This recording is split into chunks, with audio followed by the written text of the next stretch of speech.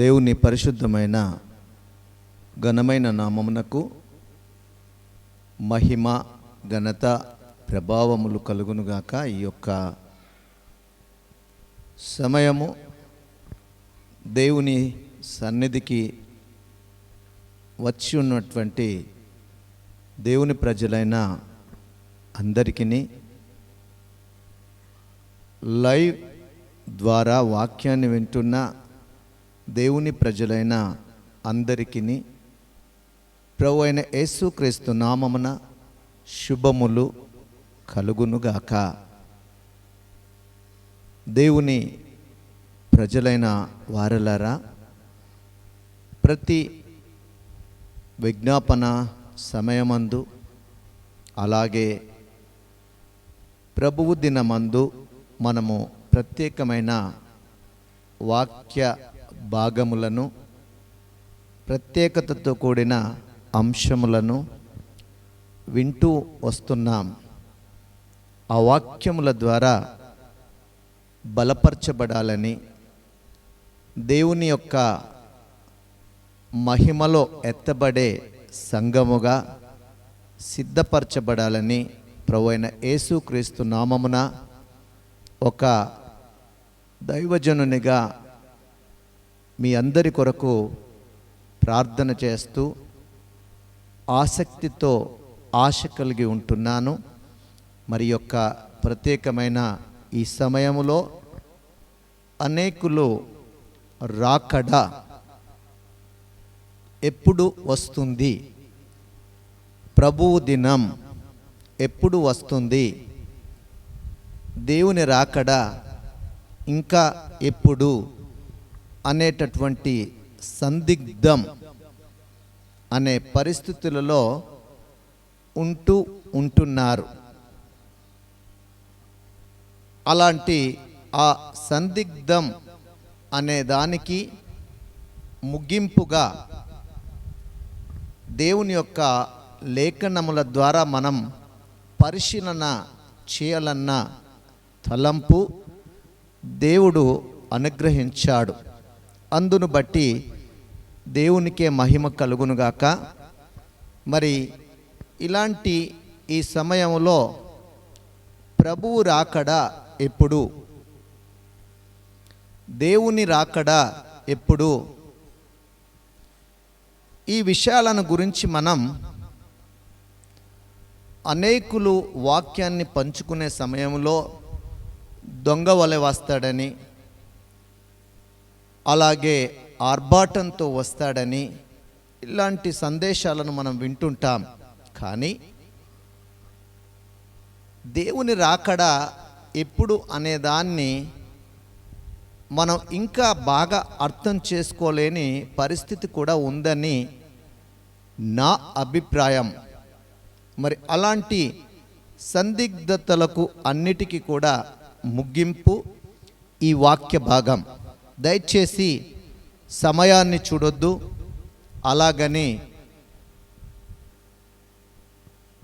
వాక్యాన్ని వింటూ ఉన్నప్పుడు అశ్రద్ధగా ఉండకూడదు. ఈ వాక్యం అంతటిని కూడా జాగ్రత్తగా చూడాలి అని, వినాలి అని, అంత మాత్రమే కాకుండా మన సహోదరులు ఎందరో సంసిద్ధత లేకుండా ఉండేటటువంటి వారికి ఈ వాక్యాన్ని షేర్ చేసి సిద్ధపాటు కలిగి ఉండేలాగా ప్రోత్సాహపరచాలని ప్రభు పేరట మీ అందరికీ మనవి చేస్తుంటున్నాను, బ్రతిమిలాడుతూ ఉంటున్నాను, హెచ్చరిస్తూ ఉంటున్నాను. మంచిది. ఈ సమయం పరిశుద్ధ గ్రంథంలో నుండి ప్రకటన గ్రంథం 1వ అధ్యాయం 3వ వచనాన్ని మనము చదువుకుందాము. సమయము సమీపించినది గనుక ఈ ప్రవచన వాక్యములు చదువువాడును వాటిని విని ఇందులో వ్రాయబడిన సంగతులను గైకొను వారును ధన్యులు. పరిశుద్ధ గ్రంథంలో ఇది చివరి అధ్యాయం. ఆ చివరి అధ్యాయమైనటువంటి ప్రకటన గ్రంథం యేసు ప్రభువు యొక్క రొమ్మున ఆనుకుని ఉండే ఆ మొదటి శిష్యుడు, ప్రియమైన శిష్యుడు అయినటువంటి యోహానుకు కలిగినటువంటి ప్రత్యక్షత, యోహానుకు కలిగిన ప్రత్యక్షత,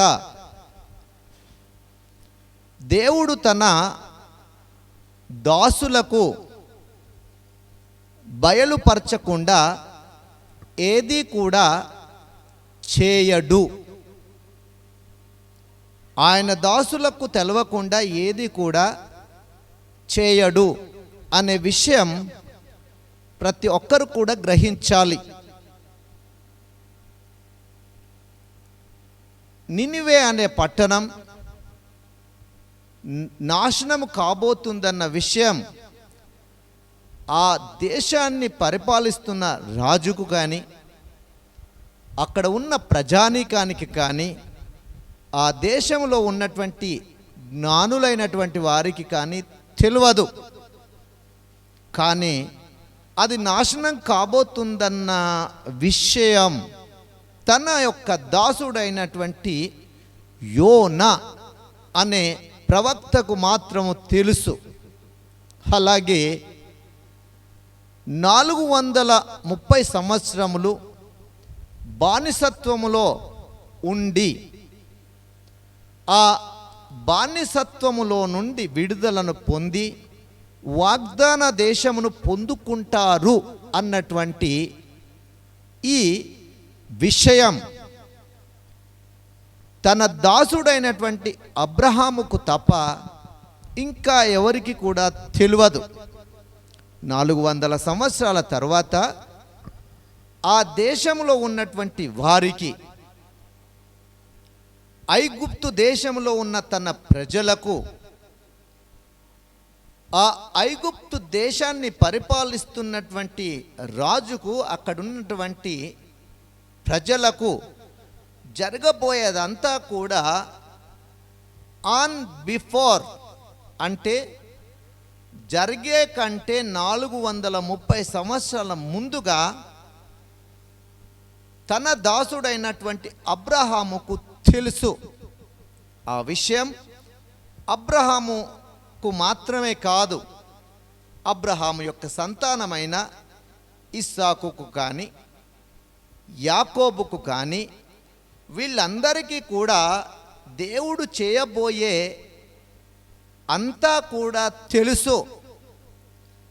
అలాగే యేసు ప్రభువు ఈ లోకానికి రాబోయేది తన దాసులైనటువంటి వారందరికీ కూడా ముందుగా తెలుసు. అంటే ఈ లోకంలో పుట్టబోయేది. అందుకే కాబోలు ఆ రోజు రక్షకుడైనటువంటి ఆయన కొరకు ఎదురు చూస్తూ వారు బ్రతకడం మనం చూస్తాం. అలాగే ఇప్పుడు కూడా దేవుని యొక్క రాకడ, దేవునిని ఎరిగిన మనందరికీ కూడా తెలుసు ఆయన రాబోతున్నాడని. రెండవ రాకడలో మనమందరం కూడా ఈ యొక్క లోకములో నుండి ఎత్తబడబోతున్నామని ఈ విషయం మనకు తెలుసు. ఈ విషయం కంటే ముందుగా ఇంకా కొన్ని విషయాలను మనం తెలుసుకోవాలి. దేవుని యొక్క రాకడను గురించి మొదటగా చెప్పబడింది దొంగ వలె వస్తాడని, రెండవదిగా చెప్పబడింది ఆర్భాటముతో వస్తాడని. చూడండి, మరి దొంగగా వస్తాడన్నటువంటి విషయాన్ని గురించి ఎందుకు తెలియపరిచాడు అన్నప్పుడు, అది ఆ రాకడ మధ్యాకాశంలోనికి, ఆ రాకడ మధ్యాకాశంలోనికి, ఆ మధ్యాకాశంలోనికి కొనిపోబడే వారు ఎవరు అంటే సంఘం. ఈ లోకంలో ప్రజలు ఉంటారు, ఈ లోకంలో అందరూ ఉంటారు. ఈ లోకంలో ఇప్పుడు ఎలాగైతే ఇవన్నీ కూడా పనిచేస్తూ ఉన్నాయో అలాగే లోకంలో ఉన్నటువంటి అన్నీ కూడా పనిచేస్తూ ఉంటాయి. కానీ ఇలాంటి అనుకోని సమయంలో యేసు ప్రభువు అంటే ఇష్టంగా ఉండి ఆయన అడుగుజాడలలో నడిచినటువంటి వారు. ఉదాహరణగా మనం ఆదికాండము 5వ అధ్యాయంలో ఒక వ్యక్తిని గురించి చూస్తాం. ఆయన పేరు హానోకు. అలాగే హెబ్రీ 11:5 కూడా చూస్తాం. ఆయన పేరు హానోకు. హానోకు కూడా దేవునితో నడిచిన తర్వాత ప్రాణముతో దేవుని రాజ్యానికి వెళ్ళిపోయినట్టుగా చూస్తాం. సంఘ పరిస్థితి కూడా అలాగే ఉంటుంది.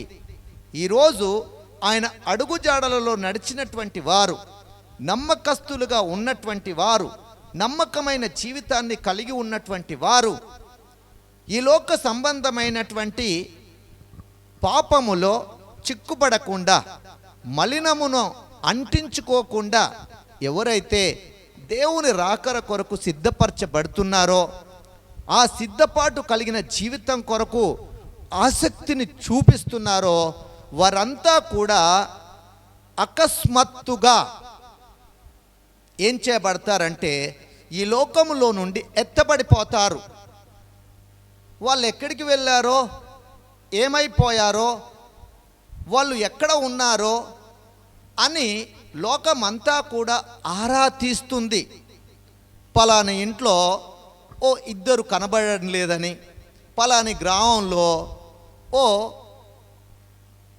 100 మంది కనబడడం లేదని, పలాని దేశంలో ఓ 10,000 మంది ఆచూకీ లేదని, ఇలాగ ప్రపంచమంతటా ఉన్నటువంటి టెలివిజన్లలోనూ ఇంటర్నెట్లలోనూ ఈ యొక్క సమాచారమును గురించి వార్తలను వినేటటువంటి పరిస్థితులు ఈ లోకంలో ఉన్న వారికి ఉంటాయి. అలాంటి సమయంలో అందరూ కూడా ఏమైపోయారు వీళ్ళు, ఎక్కడికి వెళ్ళారు వీళ్ళు, ఏం జరిగింది, అసలు వీళ్ళని ఎవరు కిడ్నాప్ చేశారు, అసలు ఈ కిడ్నాప్ వెనుకున్న రహస్యం ఏంటి, ఒక్క మన దేశంలో కాకుండా మన రాష్ట్రంలో కాకుండా ప్రపంచమంతటా కూడా ఇది ఎంత పెద్ద నెట్వర్క్ కలిగి ఉంది అన్నటువంటి కోణంలో ఆలోచిస్తూ ఉంటారు. కానీ పరిశుద్ధ గ్రంథం కాస్త తెలిసినటువంటి వారు కూడా ఈ లోకంలో ఉంటారు. ఎత్తబడే సంఘంలో ఎత్తబడకుండా నామకార్థమైన జీవితాన్ని జీవించినటువంటి వారు ఈ లోకంలో ఉంటారు. ఆ ఉన్నటువంటి వారు అప్పుడు కళ్ళు తెరుస్తారు. ఏమని? ఓహో, వీళ్ళంతా కూడా ఎత్తబడిపోయారు అని, మధ్యాకాశంలోనికి వెళ్ళిపోయారని ఆ తరువాత తెలుసుకొని భయంకరమైనటువంటి శ్రమల మధ్యలో చిక్కబడి ఉంటారు. ప్రియ సహోదరుడా, ప్రియ సహోదరి, అలాంటి రోజు రాబోతుందన్న విషయాన్ని పరిశుద్ధ గ్రంథం తెలియపరుస్తుంది. అలాంటి పరిశుద్ధ గ్రంథంలో ఈ మాటను తెలియపరిచాడు పరిశుద్ధాత్మ దేవుడు. యోహానుకు కలిగినటువంటి ప్రత్యక్షతలో యోహానుతో ముఖాముఖిగా మాట్లాడుతూ ఈ విషయాలన్నిటిని కూడా తెలియపరిచాడు. అందులో సమయము సమీపించినది అనే మాట మనం ఇందాక చదివాం. సమయము సమీపించినది. సో దీన్ని మనము ఆంగ్లంలో షార్ట్లీ అంటే త్వరగా అని చెప్పబడింది. ఈ మాట విన్నప్పుడు అనేకులకు అనేకమైన సందేహాలు కలుగుతాయి. అనేకులకు అనేకమైనటువంటి డౌట్స్ వస్తూ ఉంటాయి. అలాంటి డౌట్స్ అన్నిటికీ కూడా ఈరోజు సమాధానమును ఇవ్వాలన్న ఆసక్తితో ఈ విషయాన్ని మీతో పంచుకుంటున్నాను. దయచేసి వాక్య భాగం అంతా కూడా జాగ్రత్తగా వినాలని ప్రభువు పేరట మనవి చేస్తున్నాను. పరిశుద్ధాత్మ దేవుని చేత వీటిని పొందుకొని వాటన్నిటిని మీ అందరికీ తెలియపరచడానికి ఈరోజు మీ ముందు ఉంటున్నాను. దయచేసి జాగ్రత్తగా వినాలని, ఆ విన్నటువంటి వాక్యాన్ని ఇంకా తెలియనటువంటి వారికి తెలియపరచాలని దేవుని యొక్క ప్రేమను బట్టి మీ అందరినీ కూడా బ్రతిమిలాడుతూ ఉన్నాను. షార్ట్లీ, త్వరగా త్వరగా త్వరగా రాబోతున్నటువంటి సమయమును గురించి ఇక్కడ తెలియపరిచాడు. మరి త్వరగా అని చెప్పబడినటువంటి ఈ వాక్య భాగం ఎప్పుడు వ్రాయబడింది? క్రీస్తు శకం దాదాపుగా 70 నుంచి 90 సంవత్సరాల మధ్యలో వ్రాయబడింది. 70 నుంచి 90 సంవత్సరములలో, అంటే సరిగ్గా 2000 సంవత్సరములు అగుతుంది. మరి అదేంటి?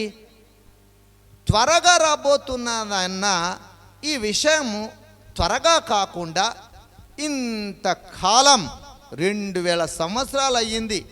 ఈ మాట అబద్ధం, ఇది నిజం కాదు అనేటటువంటి సందేహాలు రాకపోవు. అలాంటి సందేహాలన్నీ కూడా తొలగిపోవాలి. అలాంటి సందేహం అన్నీ కూడా ఈరోజు ఈ వాక్యం ద్వారా తొలగిపోబోతున్నాయి. జాగ్రత్తగా వినండి. వాక్య భాగంలో చెప్పినది ఏది కూడా అబద్ధం కాదు. వాక్య భాగంలో ఏది చెప్పబడినా దానికి సంపూర్ణమైన అర్థం, సంపూర్ణమైన పరమార్థం ఉంటుందన్న విషయం ఏ ఒక్కరు కూడా మర్చిపోకూడదని మనవి చేస్తున్నాను. త్వరగా అని చెప్పింది ఎవరండి? త్వరగా అని చెప్పబడినది ఎవరి ద్వారా? జాగ్రత్తగా వినండి. అపోస్తుల కార్యం 1వ అధ్యాయం 7వ వచనాన్ని చూద్దాం. ఇంత గొప్ప భయంకరంగా కిడ్నాప్ చేసినటువంటి వారు ఏ గ్రూప్కు చెందిన వారు, ఏ ఉద్దేశంతో దీన్ని చేశారు, అసలు వీరు ఎక్కడున్నారు, ఏమయ్యారు? కాలములను సమయములను తండ్రి తన సమయములను తండ్రి తన స్వాధీనమందు ఉంచుకొని ఉన్నాడు. తన స్వాధీనమందు ఉంచుకొని ఉన్నాడు. వాటిని తెలుసుకొనుట. చూడండి, కాలములను సమయములను తండ్రి తన స్వాధీనములో ఉంచుకొని ఉన్నాడు. అంటే కాలమును గురించి, సమయమును గురించి తెలిసినటువంటి వాడు ఈ విషయాన్ని చెప్పాడు. బాగా వినాలి. కాలమును గురించి, సమయమును గురించి బాగా తెలిసినటువంటి వాడు ఈ విషయాన్ని చెప్పాడు. ఆయన పేరు అల్ఫా ఓమేగా, ఆదియు అంతమో, ప్రారంభము ముగింపు. అలా ఆది అంతమైనటువంటి దేవుడు, ఆల్ఫా ఓమేగా అయినటువంటి దేవుడు చెప్పినటువంటి విషయం షార్ట్లీ ఏం చేయబడబోతుంది? దేవుని యొక్క రాకడ రాబోతుంది అన్న విషయాన్ని తెలియపరిచాడు. ఎస్, మరి ఈ యొక్క భాగమును తెలుసుకునే కంటే ముందుగా ఈ కాలములను గురించి మనం కాస్త తెలుసుకుందాం.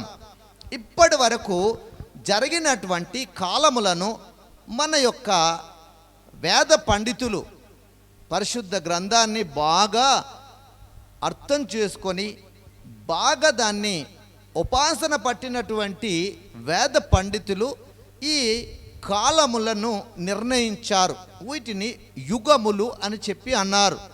అలా ఇప్పటి వరకు జరిగినటువంటి యుగములను గురించి కాస్త మనం తెలుసుకుందాం. మొట్టమొదటగా మనం చూస్తే నిర్దోష యుగము. ఇది ఎప్పటి వరకు అన్నప్పుడు, ఈ యొక్క నిర్దోష యుగము ఎప్పటి వరకు? మానవుడి పతనం వరకు. అంటే మానవుడు మొదటగా నిర్మించబడిన వాడు ఆదాము నుంచి ఆదాము యొక్క పతనము వరకు దీన్ని ఏమన్నారు అంటే నిర్దోష యుగము. ఆ పతనము నుండి జలప్రలయం వరకు దీన్ని మనస్సాక్షి యుగము అని అన్నారు. ఆ జలప్రలయం నుండి బాబేలు యొక్క గోపురము కట్టడం వరకు దీనిని మానవ ప్రభుత్వ యుగము అన్నారు, మానవ భరణ యుగము అన్నారు. బాబేలు గోపురము నుంచి సీనాయి పర్వతం వరకు దీన్ని ఏమన్నారంటే వాగ్దాన యుగము. ఆ సీనాయి పర్వతము నుండి మేడగది ఎప్పుడు అపోస్తుల కాలములో మేడగదిలో వారు ఏం పొందుకున్నారు? దేవుని యొక్క కృపను పొందుకున్నారు. అప్పటి వరకు దీన్ని ఏమన్నారంటే ధర్మశాస్త్ర యుగము. ఆ మేడగది నుండి ప్రజెంట్లీ నౌ ఇప్పటి వరకు దీన్ని ఏమన్నారంటే కృపాయుగము లేదా గొర్రెపిల్ల యుగము. అంటే మనం ఇప్పుడు ఏ యుగంలో ఉన్నాం? కృప అనే యుగములో ఉన్నాం. ఇప్పటి వరకు ఎన్ని 6 కాలాలు జరిగాయి. బాగా గుర్తుపెట్టుకోవాలి. మొదటిది నిర్దోష యుగము, రెండవది మనసాక్షి యుగము, మూడవది మానవ ప్రభుత్వ యుగము, నాలుగవది వాగ్దాన యుగం, ఐదవది ధర్మశాస్త్ర యుగం, ఆరవది కృపాయుగం. అలాంటి కృపాయుగం ముగించబడిన తరువాత ఇది ఎప్పటి వరకు? సంఘం ఎత్తబడి వరకు ఈ కృపాయుగం అనేది ఉంటుంది. మరి సంఘం ఎత్తబడిన తరువాత దాన్ని ఏమంటారు అన్నప్పుడు ఉగ్రత యుగం. అలాగే సంఘము ఎత్తబడిన తర్వాత ఈ లోకంలో అనేకులు ఉంటారు. యేసుక్రీస్తుని ఎరగని వారు ఉంటారు. ఎరిగి సిద్ధపాటు కలిగి ఉండకుండా ఆ సంఘంలో ఎత్తబడకుండా విడిచిపెట్టబడిన వారంతా కూడా ఈ ఉగ్రత అనే యుగంలో ఉంటారు. ఆ ఉగ్రత యుగము తర్వాత 1000 ఏండ్ల పాలన. ఆ 1000 ఏండ్ల పాలన తర్వాత నూతన సృష్టి. అంటే ఇక సదాకాలము దేవునితో పాటుగా ఉండేటటువంటి పరిస్థితులలోనికి మానవులు వెళ్ళిపోతారు. సిద్ధపడ్డవారు వెళ్ళిపోతారు. దేవుని ప్రజలు వెళ్ళిపోతారు. మరి అలాంటి వాటికంటే ముందుగా ఇప్పుడు మనం ఎక్కడున్నామంటే కృప అనే యుగములో. ఈ కృపాయుగం ఎన్నవది అంటే 6వది. ఈ 6 అనే దానికి చాలా ప్రాముఖ్యత అనేది ఉంది. దేవుని యొక్క రాకడకు, సంఘము యొక్క సిద్ధపాటుకు, సంఘము ఎత్తబడేటటువంటి దినములకు ఈ 6 అనేది చాలా ప్రాముఖ్యతను కలిగి ఉంటున్నది. చూడండి, పరిశుద్ధ లేఖనములలో మనము అన్ని విషయాలను కూడా తెలుసుకుంటూ ఉంటున్నాం. ప్రియ దేవుని బిడ్డలారా, ఈ యొక్క కృపాకాలం ముగింపు ఎప్పుడైతే అవుతుందో ఆ ముగింపు సమయంలో సంఘం ఎక్కడుంటుంది? మధ్యాకాశములో ప్రభువుతో పాటుగా ఉంటుంది. అంటే మొట్టమొదటగా ప్రభువు యొక్క రాకడను రుచి చూచేది ఎవరు అంటే సిద్ధపరచబడిన వారు, మెలకువ కలిగినటువంటి వారు. ఈ లోకంలో ఆయన రాకడ కొరకు జాగరూకత కలిగి ఈ లోకమాలిన్యము అంటకుండా సిద్ధపాటు కలిగినటువంటి వారు ఈ మధ్యాకాశంలో ప్రభువును ఎదుర్కొనేటటువంటి ఆ స్థలములో ఆయనతో కలిసి విందులో పాల్గొనబోతున్నారు. మరి అలాంటి సమయం ఎప్పుడు? అలాంటి సమయం ఎలా మనకు తెలుస్తుంది అన్నప్పుడు ఈ యొక్క దినం వాటన్నిటిని గురించి కూడా జాగ్రత్తగా తెలుసుకుందాం. ప్రియ దేవుని బిడ్డలారా, మరి వాటిని తెలుసుకోవాలంటే కొన్ని విషయాలను మీతో నేను పంచుకోవాలి. అదేంటి అన్నప్పుడు మొట్టమొదటగా ఈ యొక్క మానవుడు నిర్మించబడి ఇప్పటి వరకు ఎన్ని దినములు అవుతుంది, లేదా సృష్టి అనేది రీమేకింగ్ చేయబడి ఎన్ని దినములు అవుతుంది అన్నప్పుడు చాలామందికి చాలా డౌట్స్ ఉంటాయి. ఆదికాండము 1వ అధ్యాయము 1వ వచనాన్ని కనుక మనం పరిశీలన చేస్తే, ఆదికాండము 1వ అధ్యాయము 1వ వచనంలో చెప్పబడిన మాట ఏంటో తెలుసా? ఆది యందు దేవుడు భూమి ఆకాశములను సృజించెనో. భూమి నిరాకారముగాను శూన్యముగాను ఉండెను. బాగా గ్రహించండి, దేవుడు సృష్టించినప్పుడు భూమి అనేది ఉంది, కానీ దానికి ఆకారము లేకుండా వికారముగా ఉంది. దాని అర్థం ఏంటంటే ఈ యొక్క సృష్టి అనేది ఎప్పుడు ఉంది? మన నిర్మాణం కంటే ముందే ఉంది. ఆ ముందున్నటువంటి లోకమును గురించి 2 పేతురు 3వ అధ్యాయంలో మీరు చదువుకుంటారు. ఇప్పుడు చదవకండి, తర్వాత చదువుకోండి. అప్పుడున్నటువంటి లోకమును దేవుడు ఏం చేశాడట? నాశనము చేశాడంట. దానికి కారణం దేవుని యొక్క ఆస్థానములో ఉండేటటువంటి లూసిఫర్ అనే దూతకు వచ్చినటువంటి గర్వం. వాడు చెడిపోయింది కాక తనతో పాటుగా అనేక దూతలను చెడిపేశాడు. అలా చెడిపేసినటువంటి వారంతా కూడా ఉండకుండా దేవుడు ఈ సృష్టి అంతటిని కూడా వికారంగా మార్చేశాడు. దానికి ఉన్నటువంటి అందం, దానికి ఉన్నటువంటి ఆకారం, దానికి ఉన్నటువంటి ఆ యొక్క మంచి అనేది అంతా కూడా తొలగిపోయి అది నిరాకారముగాను శూన్యముగాను ఏమీ లేని పరిస్థితుల్లో ఉండిపోయింది. దీన్నే మన సైంటిస్టులు పరిశీలన చేసి ఏమన్నారంటే కొన్ని కోట్ల దశాబ్దాల క్రితం ఈ యొక్క సృష్టి ఉంది అన్నటువంటి విషయాన్ని కనుక్కోగలిగారు. ఎస్, అంతకుముందు సృష్టి లేదని ఎవరూ అనలేదే. అంతకుముందు ఈ సృష్టి అనేది ఉంది, కానీ మానవ జాతి అనేది లేదు. అప్పుడున్నటువంటి వారు మరి దేవదూతలు కావచ్చు, ఇంకేమైనా కావచ్చు, ఇంకేదైనా కావచ్చు. కారణం ఏంటంటే దానిని గురించి మీరు హెజ్కేల్ గ్రంథం 28వ అధ్యాయంలో అంతా కూడా చూస్తారు. కాబట్టి అప్పుడున్నటువంటి లోకంతో మనకు నిమిత్తం లేదు, మనకు అవసరం లేదు.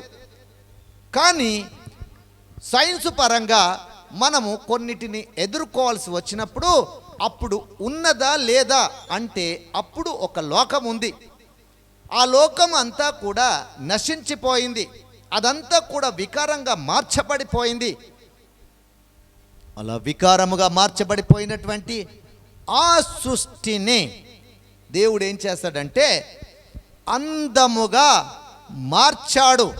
అలా అందముగా మార్చి ఆ అందమైనటువంటి ఈ సృష్టిని తిరిగి ఏలుబడి చేయుట కొరకు తన స్వరూపమునందు తన పోలిక చొప్పున నరులను చేయుదము అని అనుకున్నాడు దేవుడు.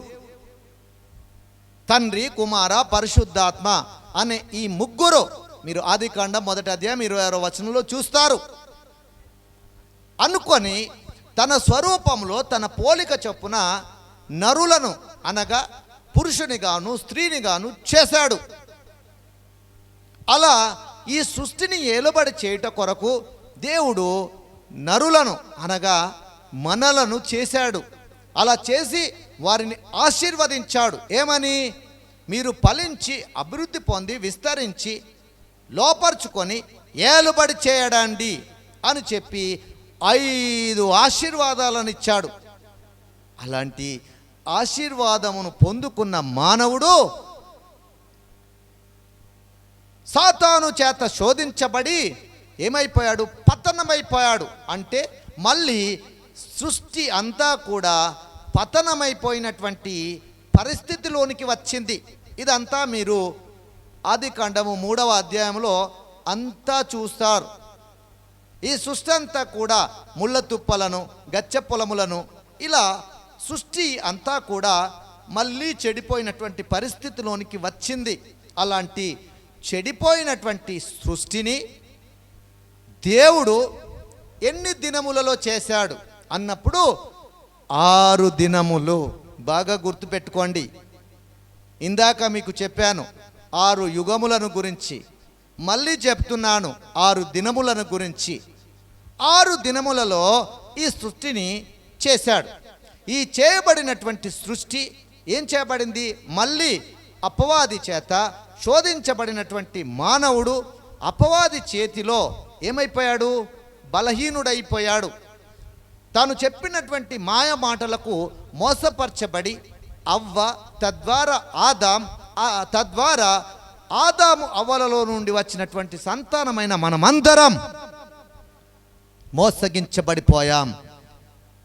అలా మోసము చేయబడినటువంటి ఈ సృష్టిని తిరిగి రీమేక్ చేయడానికి, అంటే ఈ సృష్టిని మళ్ళీ బాగుపరచడానికి యేసుక్రీస్తు ప్రభుల వారు వాగ్దానము చేసిన విధముగా మళ్ళీ ఈ లోకానికి రావడం, ఆ వచ్చినటువంటి దేవుడు ఈ సృష్టి యొక్క బాగును పరచడానికి శిలువ మరణమును పొందడం, ఆ శిలువ మరణములో తిరిగి ఈ సృష్టికి సంబంధించినటువంటి విధమైనటువంటి వాటిని తెలియపరచడం జరిగింది. అక్కడ ఏం చేశాడు? 6 మాటలను, మొత్తంగా 7 మాటలు. అయితే 6వ మాట ఏం చెప్పాడు? సమాప్తమైనది. యోహాను సువార్త 19వ అధ్యాయం 30వ వచనంలో మీరు చూస్తారు. యేసు ఆ చిరక పుచ్చుకొని, ఆ చిరకాను పుచ్చుకొని సమాప్తమైనదని చెప్పి తల వంచి ఆత్మను అప్పగించి, అంటే ఈ నశించబడినటువంటి సృష్టిని మళ్ళీ బాగుపరచడం కొరకు యేసు ప్రభువు తన యొక్క ప్రాణమును అర్పణగా అర్పించాడు. మానవుడి జీవితాన్ని మార్చడానికి, ఆ మానవుడి జీవితంలో ఉన్నటువంటి ఈ యొక్క అంతటిని కూడా ఆశీర్వాదకరంగా తిరిగి పునరుద్ధరణ చేయట కొరకు దేవుడు శిలువ యాగాన్ని చేయడం. ఆ శిలువ యాగంలో 7 మాటలను మనము ధ్యానిస్తాం. కానీ 6వ మాట చెప్పండి. సమాప్తమైనది, శపించబడిన జీవితము నుండి ముగింపు కలిగినది అని చెప్పి 6వ మాటతో ఏం చేశాడు? తన ప్రాణాన్ని తండ్రికి అప్పగించాడు. 6 దినములలో సృష్టి కార్యాన్ని ముగించాడు. ఆ ముగించబడిన విధముగానే ఈ యొక్క 6 మాటలలో నూతన సృష్టిని ఏం చేశాడు? మళ్ళీ చేశాడు. అందుకే 2 కొరింథీ 5:17లో ఏం చెప్పబడ్డదంటే, ఎవడైనానో క్రీస్తునందు ఉన్నడి ఎడల వాడు నూతన సృష్టి, ఏలయనగా పాతవి గతించెను, సమస్తము క్రొత్తవాయెను. అంటే ఇప్పుడు క్రీస్తునందు ఉన్నటువంటి ప్రతి ఒక్కరూ ఏ సృష్టి? నూతన సృష్టి. ఆ నూతన సృష్టిని కలగజేయడానికి యేసు ప్రభు 6వ మాటతో ముగింపు అనే దాన్ని పలికాడు. అంత మాత్రమే కాదు, ఆ సిలువలో ఆయన తన ప్రాణాన్ని ఎన్ని గంటలు ఉంచాడో తెలుసా? యేసు ప్రభు సిలువకు వేయబడినటువంటి సమయం మార్కు సువార్త 15వ అధ్యాయం 25 నుంచి క్రిందికి చదువుకుంటే ఈ యొక్క మాట మీకు దొరుకుతుంది. 3 గంటల వరకు ఆ సిలువపై తన ప్రాణాన్ని ఉంచాడు. 3 గంటలకు తన ప్రాణాన్ని తండ్రి చేతికి అప్పగించాడు, భద్రతకు అప్పగించాడు, విశ్రాంతికి అప్పగించాడు. 6 మాటలలో సమాప్తమైందని చెప్పిన తన ప్రాణాన్ని 6 గంటలు ఆ సిలువ మ్రాను మీద ఉంచాడు. బాగా గ్రహించండి, మనం ఉన్నది 6వ యుగం. సృష్టిని ఆయన చేసింది 6 దినములలో. ఆ నశించిపోయిన సృష్టిని బాగుపరచడానికి వచ్చిన ప్రభు 6వ మాటతో సమాప్తమైనది అని చెప్పడం. అంత మాత్రమే కాదు, ఆ 6 గంటలు ఆ సిల్వ మ్రాను పైన ఒక్క నిమిషం అటు ఇటు కాకుండా 6వ మాటకు సెలవు తీసుకోవడం, ఆ ప్రాణాన్ని తండ్రి చేతికి అప్పగించడం, విశ్రాంతి తీసుకోవడం, ఇవన్నీ కూడా మనకు తెలియపరిచేది ఏంటో తెలుసా? దేవుని యొక్క రాకడ దినములను ఇవన్నీ కూడా తెలియపరుస్తున్నాయి. దేవుని యొక్క ఉద్దేశాన్ని తెలియపరుస్తున్నాయి. దేవుడు తాను చెప్పిన దానికి విరోధంగా ఏ పని చేయడు అన్న విషయాన్ని తెలియపరుస్తున్నాయి. కారణం, దేవుడు ఆజ్ఞాపించాడు. ఏమని? 6 దినములు కష్టపడి 7వ దినమున మీరు ఏ పని కూడా చేయకూడదు. అరణ్యములో ఇశ్రాయేలీలు నడుస్తున్నప్పుడు 6 దినములు మీరు మన్నాను ఏరుకోవాలి. 7వ దినమున మీకేమీ దొరకదు. ఆ 7వ దినమునకు సంబంధించిన ఆహారాన్ని 6వ దినమున మీరు సిద్ధపరచుకోవాలి. అలాగే ఈ లోకంలో ఉన్నటువంటి ప్రతి ఒక్కరు కూడా 6 దినములు కష్టపడి పనిచేస్తూ 7వ దినమున ఏం చేయాలి? దేవుని యొక్క సన్నిధిలో ఆనందించాలి. దేవుని యొక్క సన్నిధిలో దేవుని యొక్క కృపను పొందుకోవాలి. ఇలా దేవుని యొక్క చిత్తానికి విరోధంగా దేవుడు ఏ పని కూడా చేసేటటువంటి వాడు కాదు. మరి ఇవన్నిటి విషయంలో దేవుడు ఏం తీసుకున్నాడు? ప్రత్యేకమైన శ్రద్ధ, ప్రత్యేకమైన ఉద్దేశం తీసుకున్నాడు. ఏంటది? 6 అనేది సమాప్తానికి సంకేతం. 6 అనేది ముగింపుకు సంకేతం. 6 దినముల సృష్టి, 6 యుగములు, 6 గంటలు ప్రాణంతో ఉండడం. మరి ఇవన్నీ కూడా తెలియపరిచేది ఏంటంటే 7వ దినమున ఆయన ఏ పని కూడా చేయటో. 6 అనే దానితో ముగింపు అనేది కలుగుతుందన్న విషయాన్ని పరిశుద్ధ గ్రంథం తెలియపరుస్తుంది. మరి అలాంటి ఈ 6 దినములను గురించి మనం ఇంకా కాస్త చక్కగా తెలుసుకుందాం. బాగా వినండి. ఆదాం మొదలుకొని అబ్రహాము వరకు 2000 సంవత్సరాలు. అబ్రహాము మొదలుకొని యేసుక్రీస్తు ప్రభువు జన్మ వరకు 2000 సంవత్సరాలు. యేసు ప్రభువు నుండి ఇప్పటి వరకు 2020 సంవత్సరాలు. బాగా గ్రహించండి. ఈ 2000 ఎన్నైతున్నాయి? 6000 సంవత్సరాలు. ఈ 6000 సంవత్సరాలను గురించి ఒక్క మాటను మనం తెలుసుకుందాం. 2వ పేతురు గ్రంథం 3వ అధ్యాయము 8వ వచనం.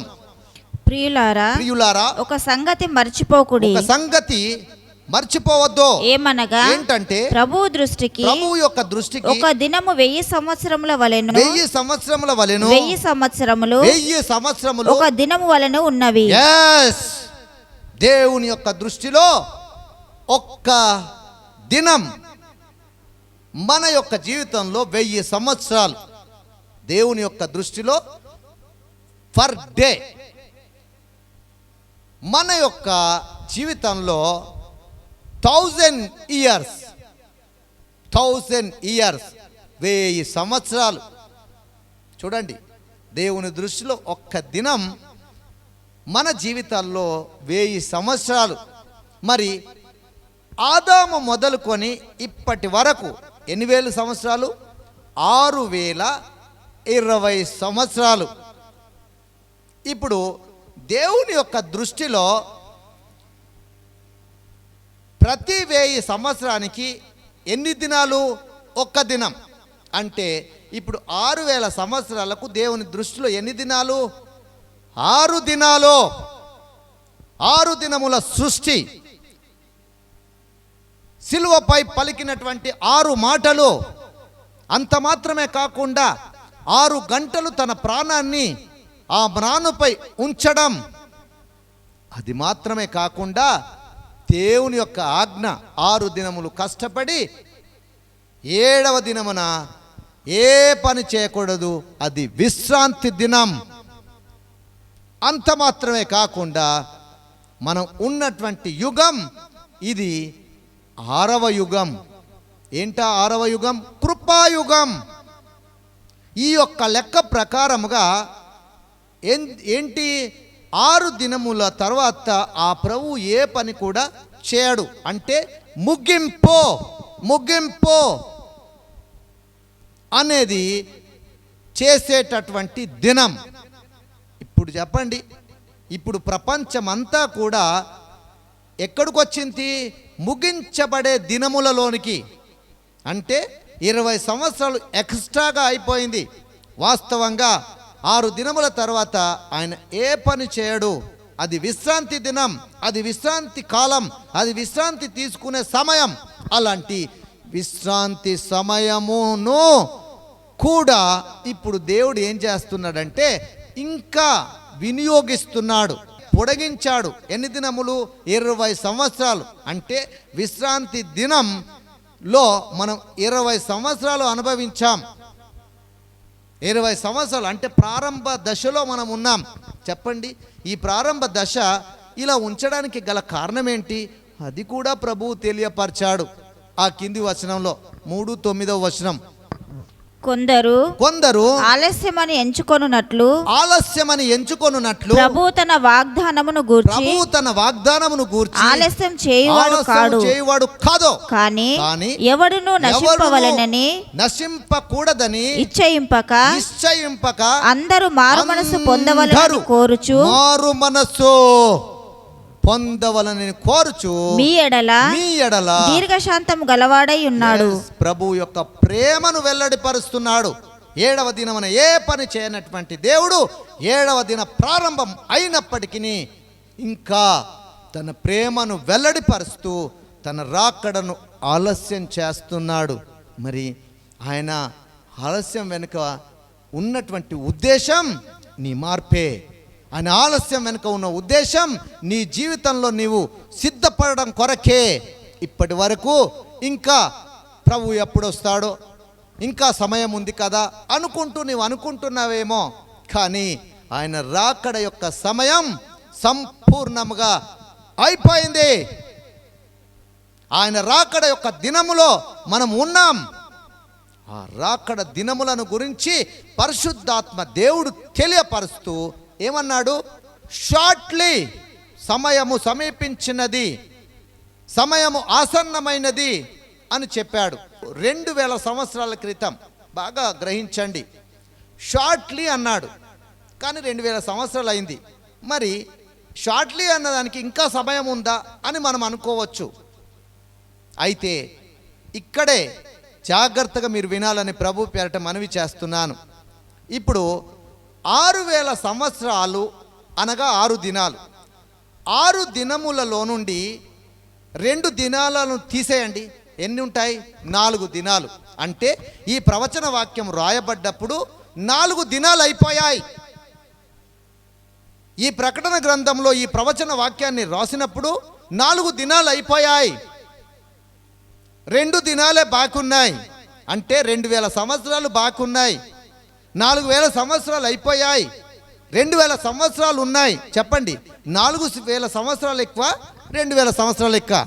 4 దినాలు ఎక్కువ, 2 దినాలు ఎక్కువ? ఇప్పుడు 4 దినాలు అయిపోయాయి, 4000 సంవత్సరాలు అయిపోయాయి. కనుక పరిశుద్ధాత్మ దేవుడు ఏం చెప్పాడు? సమయం. మళ్ళీ ఒకసారి ఆ వాక్య భాగాన్ని చదవాలని. సమయము సమీపించినది గనుక. సమయము సమీపించినది, సమయము సమీపించినది. 4 దినాలు అంటే 4000 సంవత్సరాలు అయిపోయింది.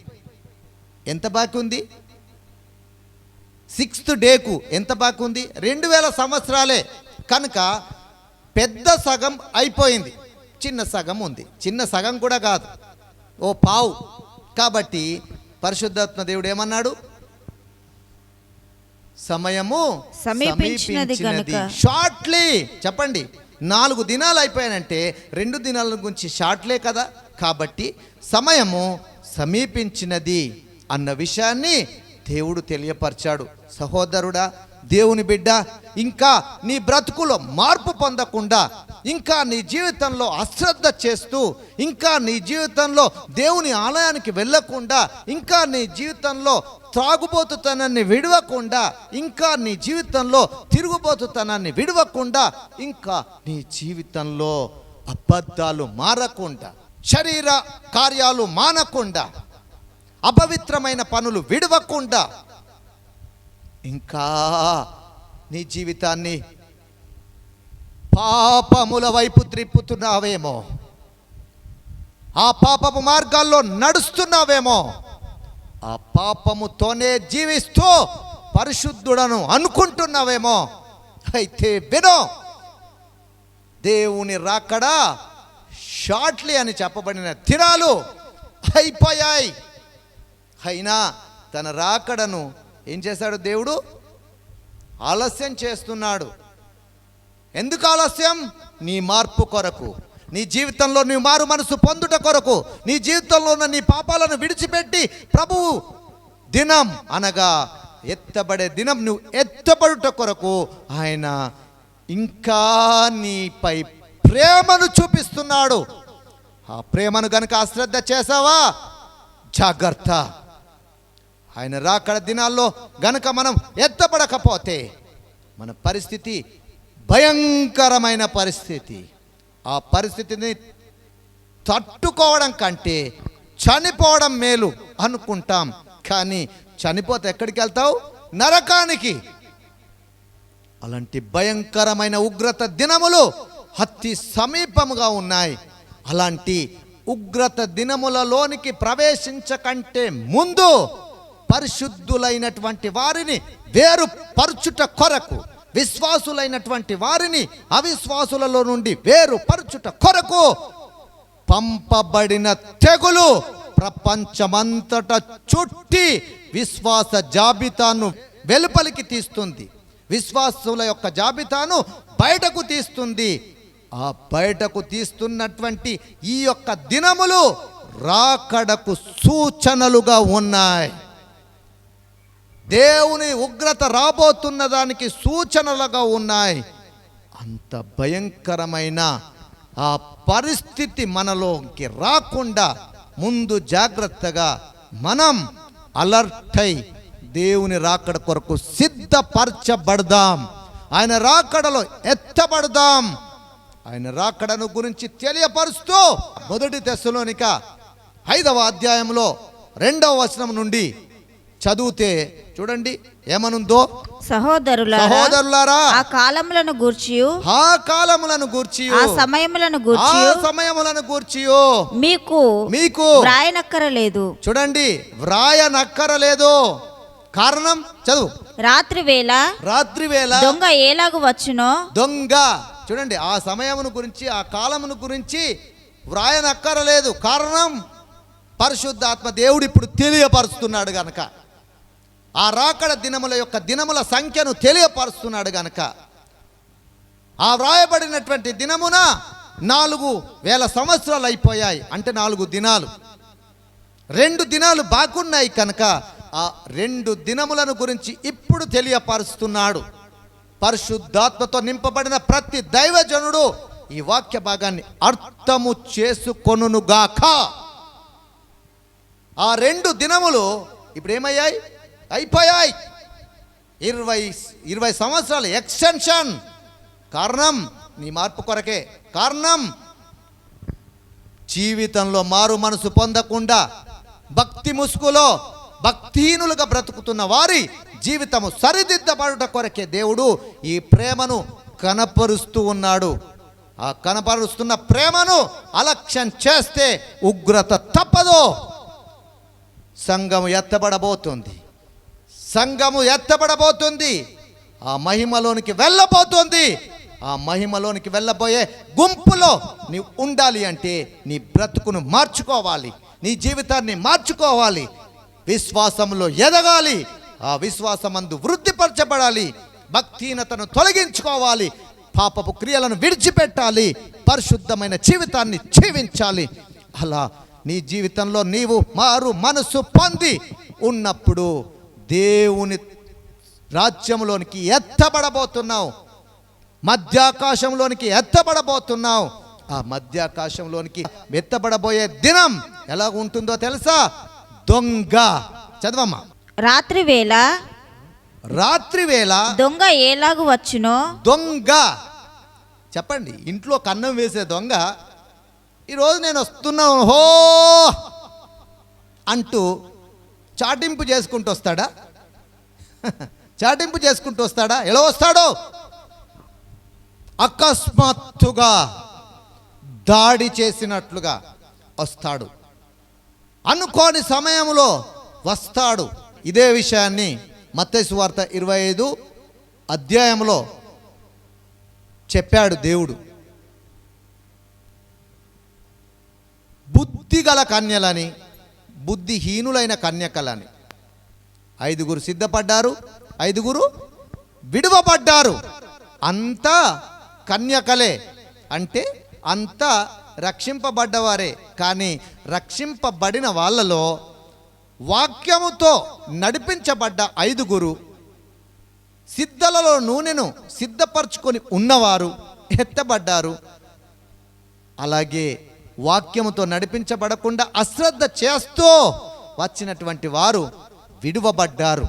ఈరోజు నీ జీవితంలో అలా సిద్ధపాటు కలిగి ఉండుట కొరకు దేవుడు ఈ వాక్యము ద్వారా మాట్లాడుతూ ఉన్నాడు. దొంగ ఎలాగైతే వస్తాడో అలాగా ఈ లోకంలో ఉన్న క్రైస్తవులంతా ఆయన రాకడలో ఎత్తబడి ఎక్కడుంటారు? మధ్యాకాశములో. మధ్యాకాశములో మహిమ కలిగిన తండ్రితో ఆ మహిమ కలిగిన పిల్లలు ఉండబోతున్నారు. అలాంటి రాకడా ఎప్పుడు అని చాలామంది నన్ను అడిగినప్పుడు ఆ రాకడను గురించినటువంటి వాక్యమును దేవుడు ఇచ్చాడు. ఆ రాకడ దినములు మరి మనకు సమీపములో ఉన్నాయి. ఎప్పుడు? ఈ రాత్రే కావచ్చు, 10 దినాలకే కావచ్చు, 10 సంవత్సరాలకే కావచ్చు. ఎప్పుడు అనే విషయం తెలియదు. కారణం 6 దినములు అయిపోయాయి. 7వ దినం ప్రారంభంలో ఉన్నాం. ఈ యొక్క 7వ దిన ప్రారంభమైనా కూడా ఎందుకు ఉపేక్షిస్తున్నాడంటే కేవలం అది నీ మార్పు కొరకే. అది నీ మార్పు కొరకే. నీ జీవితాన్ని మారు మనసు కలిగి జీవించి ఆ రాజ్యంలో ఎత్తబడుట కొరకే దేవుడు ఉపేక్షిస్తూ ప్రేమిస్తూ నీ కొరకే తన రాకడను వాయిదా వేస్తున్నాడు. ఆయన రాకడ వాయిదా వేస్తున్నాడని చెప్పి ఇంకా అలక్ష్యంగా ఉంటే ఆయన రాకడ ఎప్పుడో తెలియదు. ఎప్పుడు సంఘం ఎత్తబడుతుందో, ఎప్పుడు పిలుపు వస్తుందో అన్నటువంటి ఆసక్తితో పరిశుద్ధులైనటువంటి వారు ఆయన వైపు చూస్తూ ఉన్నారు. ఆ బూర ఎప్పుడు వస్తుందో, ఆ రాకడ ఎప్పుడు వస్తుందో అన్న ఆసక్తితో అనేకులు చూస్తున్నారు. మరి అలాంటి అనేకులతో ఎత్తబడే గుంపులో ఉండాలి అంటే నీ జీవితంలో అడ్డుగా ఉన్న, ఆటంకాలుగా ఉన్న అన్నిటిని కూడా తొలగించి ఆయన రాకడ కొరకు సిద్ధపడుదువుగాక. దేవుని యొక్క రాకడలో ఎత్తబడుదువుగాక. ప్రియ సంగమా, ఆయన రాకడ దినములను గురించిన ప్రత్యేకమైనటువంటి ఈ యొక్క సందేశం ప్రతి ఒక్కరు కూడా వినేలాగా ఈ వాక్యాన్ని షేర్ చేయాలని ప్రభు పేరట మీ అందరికీ మనవి చేస్తున్నాను. మనం ఉన్న యుగం 6వ యుగం. ఇది కృపాయుగం. ఈ కృపాయుగం తర్వాత వచ్చేది సమలకాలం లేదా ఉగ్రతా యుగం అని అంటారు. ఆ ఉగ్రత యుగములో విడువబడిన వారు ఉంటారు. ఆ ఉగ్రత కాలములో విడువబడిన వారు ఉంటారు. ఆ శ్రమల కాలములో విడువబడిన వారు ఉంటారు. కానీ సిద్ధపరచబడిన వారు మధ్యాకాశంలో. ఈ విందును గురించే దేవుడు కన్యకల విషయంలో చెప్పాడు. బుద్ధిగల కన్యకలు, బుద్ధి లేని కన్యకలు అనే ఉపమానంలో ఈ విందును గురించే తెలియపరిచాడు. ఆ పెండ్లి కుమారుడు వరుడైన క్రీస్తు, ఆ పెండ్లి కుమార్తె సిద్ధపరచబడినటువంటి వధువు. ఆ వధువు సంఘములో ఉన్నావా? ఆ వధువుగా సిద్ధపడుతున్నావా? అలాంటి వధువు సంఘముగా సిద్ధపరచబడి వరుడైన క్రీస్తును ఎదుర్కోవడానికి మధ్యాకాశంలోనికి ఎత్తబడడానికి ఎంతమంది సిద్ధంగా ఉన్నారు? 6 దినముల సృష్టి, సిలువపై పలికిన 6 మాటలు, అదే సిలువపై 6 గంటలు ఉంచిన తన ప్రాణము, 6 దినములు కష్టపడి 7వ దినమున ఏ పని చేయకూడదన్న దేవుని యొక్క ఆజ్ఞ. అలాంటి ఆజ్ఞకు కట్టుబడి అంతా దేవుడు చేసుకుంటూ వచ్చాడు. కానీ ఈ సమయంలో 6 దినములు అయిపోయినా తాను ఇంకా 7వ దినమున కూడా ఈ యొక్క సమయమును వాయిదా వేశాడంటే దానికి కారణం నీ జీవితంలో నీవు మార్పు పొంది దేవుని రాజ్యాన్ని పొందుకోవాలన్నటువంటి ప్రేమ చేత అన్న విషయాన్ని ఏ ఒక్కరు కూడా మర్చిపోకూడదని ప్రభు పేరట మనవి చేస్తూ ఈ మాటలను ముగిస్తున్నాను. దేవుడు ఈ మాటలను దీవించి ఆశీర్వదించునుగాక. ఆమేన్. కళ్ళు మూసుకోండి, ప్రార్థన చేద్దాం. పరిశుద్ధుడా, మిక్కిలి ప్రేమగల తండ్రి, మీకు స్తోత్రాలు. దేవా, రాకడ ఎప్పుడు అనే దానికి ఎంతో స్పష్టమైన లేఖనాల ద్వారా పరిశుద్ధ గ్రంథంలో నుంచి మాకు తెలియపరిచారు. ఆ రాకడలో ఎత్తబడుట కొరకు ప్రతి ఒక్కరు కూడా సిద్ధపాటు కలిగి ఆ ఉన్నతమైన రాజ్యంలో మధ్యాకాశంలో మిమ్మల్ని ఎదుర్కొనే కృప అనుగ్రహించడం కొరకు నీ బిడ్డలందరినీ సిద్ధపరచమని, అలర్ట్ చేయమని అయ్యా, ఇప్పటి వరకు ఇంకా బంధకాలలో ఉన్న ప్రతి ఒక్కరు కూడా ఈ వాక్యమును విన్న తర్వాత మార్పు పొంది సిద్ధపడే కృపను దయచేయమని యేసు నామమున ప్రార్థన చేస్తున్నాము తండ్రి. ఆమేన్, ఆమేన్, ఆమేన్.